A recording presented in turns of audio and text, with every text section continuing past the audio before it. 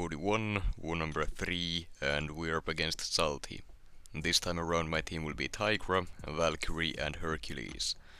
Got quite a few fights this time around, most of them with Hercules, and I'm taking path 5 in section 1, as well as that Rintrah on the shared fight, and then I'm taking Ebony Maw on the root node, Apoc on power snack, then I'm taking path 5 in section 2, as well as the Dr. Doom on the shared fight, and finally all the right side mini bosses, as well as that Korg boss with Valkyrie.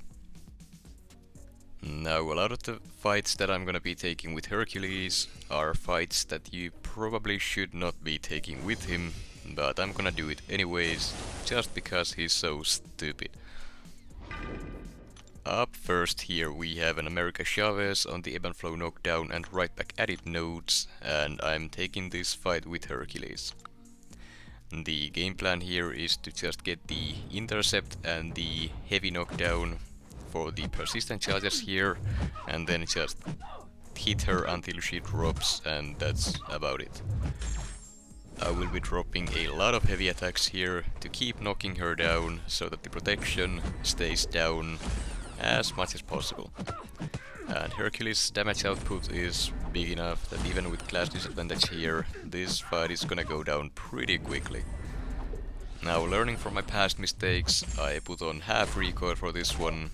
I only put the bleed recoil on just because the poison stays for the whole fight, and since this fight does take a little bit longer than just a typical 20-second nuke fight, I figured that instead of ticking down the whole fight, I'd just tick down a little bit at the start, throw on a regen boost so that I can stay up and healthy, so I don't have to waste too many potions. So I got the damage increased there, and I didn't lose too much health because of it. It worked out pretty well, but having the poison on as well would make the fights go faster. But in section 1 that's not really necessary.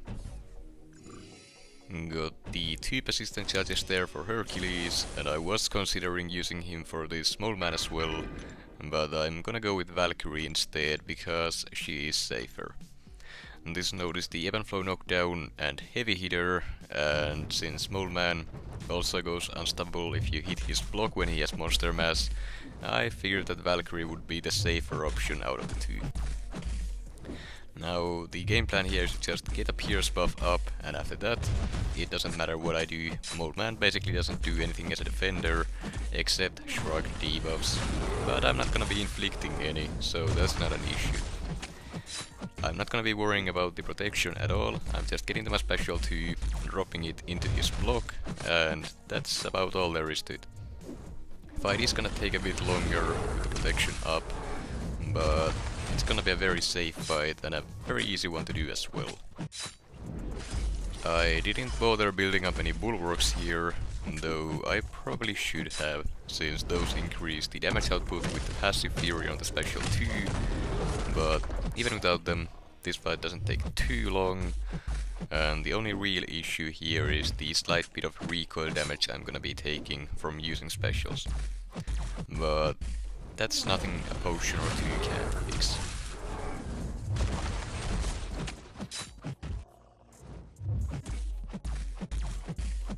A little over a minute into the fight, I dropped my second special 2, and that is enough to finish the fight. Didn't even have to eat the second set of recoil damage there, which was nice.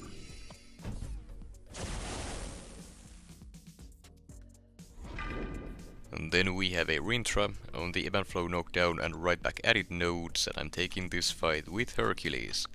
And the game plan here is to get an intercept at the start for the persistent charge, and then after that I'm just gonna be doing heavy attacks for the whole fight. Since I'm constantly knocking him down, his charges are not gonna get out of hand, and since his heavy and special 1 animations are extremely easy to punish with a heavy attack, this is a fairly simple fight. Now, it is gonna take a while to get down because Rintrah is very tanky, but there really isn't any risk of dying here at all, since his animations are very easy to deal with. The special 1, while he does get a lot of those passive prowesses, it it's never gonna land, so there is nothing to worry about there. And the passive fury from the Even Flow knockdown also increases my damage output quite a bit, which does help speed things up a little bit. Now, that's about all there is to this fight. As long as I don't eat a special with all those prowesses up, there is nothing that Rintrah can do to me here. So basically, just keep baiting special ones, keep baiting heavy attacks, punish them with your heavy, and you're good to go. That's basically what you need to do against him with any champion, so yeah, that's about all there is to it.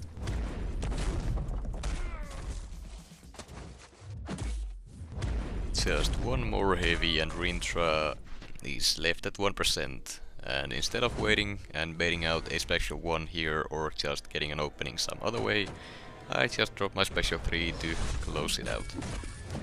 Wastes a little bit of time, but I didn't want to risk getting clipped by anything at the very end and losing a ton of HP, so special 3 it is. Then we have an Ebony Maw on the Scared Stiff node, and I'm taking this fight with Hercules, and I have the White Magneto pre-fight, Odin's Aptitude, Odin's Protection, and Gallant's Cosmic Seed pre-fights on here to help me with this fight as well as my upcoming Hercules fights. And this fight is probably not a fight that you should be taking with Hercules. Number 1, there is the class disadvantage, and that means your cosmic power boosts are not gonna work. And then there's also the falter from Ebony Maw. It lasts longer against cosmics, his degen is gonna be stronger against cosmics as well, and all in all, Maw is just a very scary defender. I have my full recoil masteries on for this one, and the game plan is to just get to my special 2, drop it, and hope it does enough damage. If it doesn't, just go in with the stun and nuke him down the rest of the way, and everything worked out okay. I did lose a ton of HP, but that's fine, as long as I don't drop a death, I'm okay with it. Did also manage to get the 2 persistent charges there, which was also nice for my future Hercules fights. And this fight right here is an Apocalypse on the Power Snack and 1 too many hits nodes, and I'm taking this fight with Hercules, but there are 2 things I kind of forget about. Number 1 is that recoil masteries against Apocalypse is not a great idea, since you have a damaging debuff on you. Apocalypse's specials inflict the debuffs on special activation instead of when the special actually hits you, and that means special 2 inflicts concussion, special 1 inflicts weakness. The other thing that I forgot about was that those flourish buffs also increase the power gain the opponent gets from any source, not just from getting hit or landing hits, so the power snack is gonna get out of hand here real quick. So now I'm cornered, I'm having to bait specials over and over again, I got all the debuffs on me, he has flourishes, I can't remove them, he keeps spamming specials, and I'm in a lot of trouble.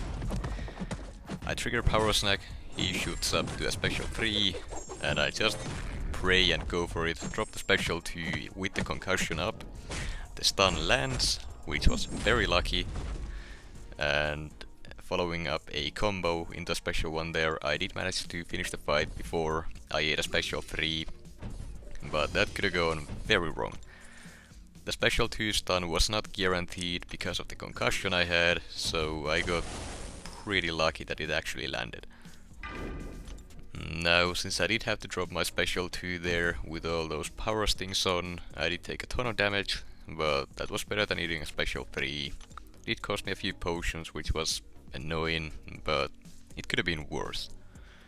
Now this fight right here is a Terrax on the Even Flow Intercept node, and I was gonna take this with Tigra, but since I have the Gallant's Cosmic Seed pre-fight, I kinda wanted to ramp it up first for Hercules, so I went with him instead. And all that's gonna mean is that I'm just gonna have to use even more potions, which is one thing that I don't like about Hercules. He's a very strong champion, but he's kinda expensive to use in war. Especially because you do want to run the recoil masteries with him. Now I drop my special 2 here, and it almost finishes Terrax. Just almost. The protection comes back. I try to go in and nuke him down, but at the same time I took a ton of rock field damage there, which was unnecessary. All I needed to do was just wait it out instead, and I would have been fine, but I played it like an idiot, so again, even more potions down the drain. This is one expensive war. Then we have a Longshot on the Event Flow Intercept and Mighty Charge nodes, and I'm taking this fight with Hercules as well. And this is another one of those that you probably shouldn't take with him, simply because Hercules is not immune to bleed, so the special one will nuke him down. He's not immune to Incinerate or Fate Seal, so the special 2 will also nuke him down. So this is pretty sketchy to take with him, but his damage output is so good that it's gonna be a fast fight if you just don't mess up and eat a special. And this Longshot drops in around 20 seconds. Hercules is standing at full HP and got another charge to ramp up the Cosmic Seed pre-fight, which just means that I'm gonna be healing from the recoil masteries at this point. Or at least very close to it. And then we have a Dr. Doom on the Event Flow Intercept and Mighty Charge nodes, and I'm taking this fight with Hercules as well. And once again, a fight that you probably shouldn't take with him, but at this point he's fully ramped up, full recoil, fully boosted, with the Cosmic Seed, Odin's Protection and Aptitude, so this Doom is just dropping like a rock. 15 seconds into the fight, he's down to 30%, and yeah, the fight is basically over, though Protection did come back here, which just reduces my damage a ton, and I couldn't really go for an intercept here because he had a bar of power due to Mystic Dispersion, so the end of this fight did drag on for a little bit, and instead of going for a special 3 to finish there, I just didn't want to waste any time, went for a parry instead to land one more hit, and down he goes. Hercules is just destroying these fights, which is basically all he does anyways. Next up we have a Hulkling on the Safeguard mini-boss node, and I'm taking this fight with Tigra. I have removed my recoil masteries for the next 4 fights, because, well, only one of them is gonna be with Hercules, and the rest are gonna be with Tigra and Valkyrie, and they aren't really that friendly with those masteries. Now the game plan here is to start with an advanced power boost, so I start with a bar of power, I bait and punish 2 heavy attacks with my heavy to get my own special 2, I drop it, and that should be the fight. Even with Safeguard, Tigra's burst damage just bypasses it completely, and this Hulkling just got absolutely destroyed by it. Now that would be a good placement, but since Tigra was open, well, yeah, Hulkling didn't really stand a chance.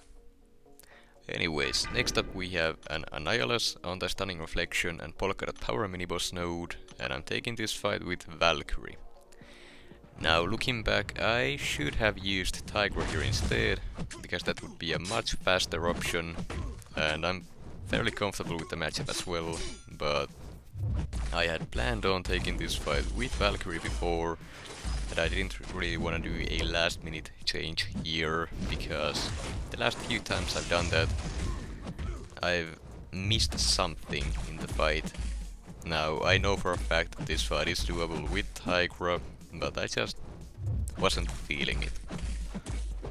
Now the game plan here is to just build up my Pierce buffs and get at least 1 Bulwark up to make myself stun immune as well, just so I don't accidentally trigger the Stunning Reflection by landing a parry, and then I'm just gonna be hitting the opponent until they drop. It doesn't matter if I hit them into the block or directly, it makes no difference. The main thing with the blocked hits is the fact that I do gain power from those, so if I can land a bunch of them, I can actually use specials in this fight as well, but I'm not gonna be planning on getting to my special 2 at all in this fight, because the power gain is simply just not gonna be enough, and Annihilus is gonna drop before that happens.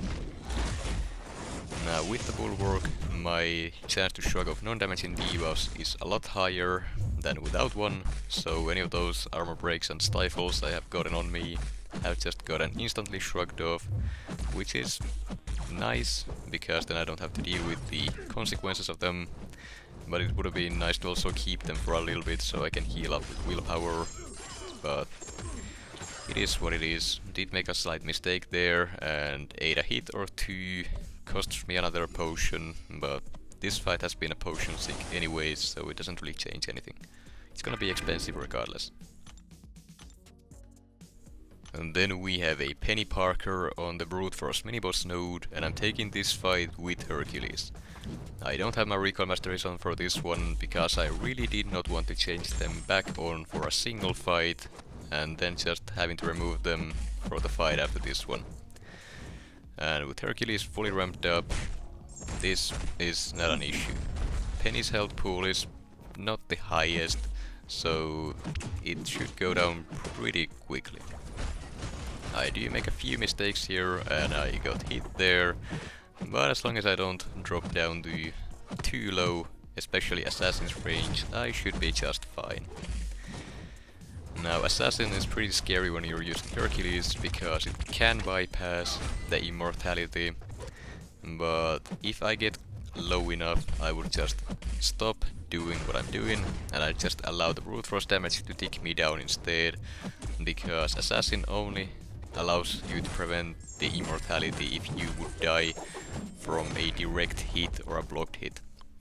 If you die from damage over time or recoil or something, Assassin has no effect on you and you will be just fine. Immortality will be guaranteed. So that was my backup plan there.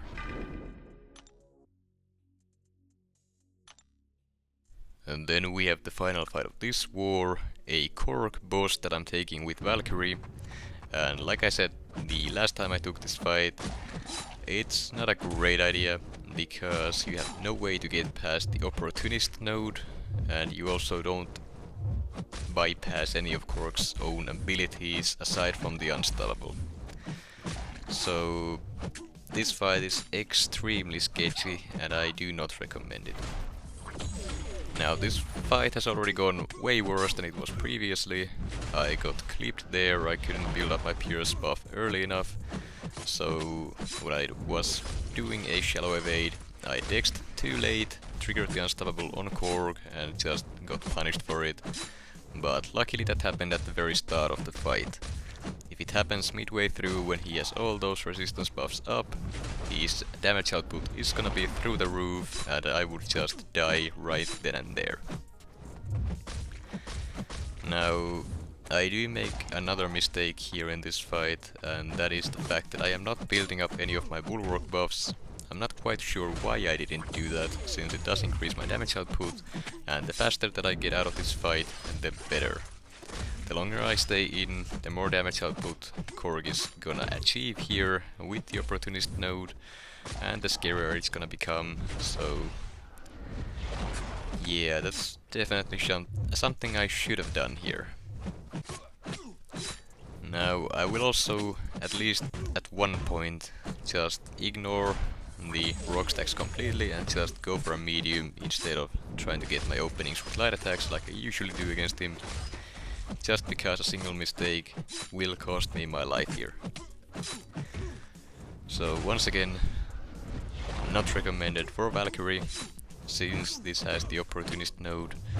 I would much rather send a Diablo or someone else who properly counters this fight by being able to remove the buffs that Korg gets. And Diablo would be just perfect for that. But I guess I just wanted to flex my Valkyrie skills for this fight once again, which is just stupid. You should not do that in war. Yeah, this assignment was not the greatest idea. Again, though I am happy to do it. I enjoy taking the fight and I do love playing Valkyrie, but I just... It's not safe. Anyways, this fight does go down. I did get the solo. I did make some mistakes as well, but yeah, I don't recommend it at all. As for the results, we did end up losing the war 2-3. It was a very close one and a good war for both of us, but we could have done better, and I'm sure they could have as well. Sålty has been playing very well these past few seasons, and they are contending for the #1 spot once again this season.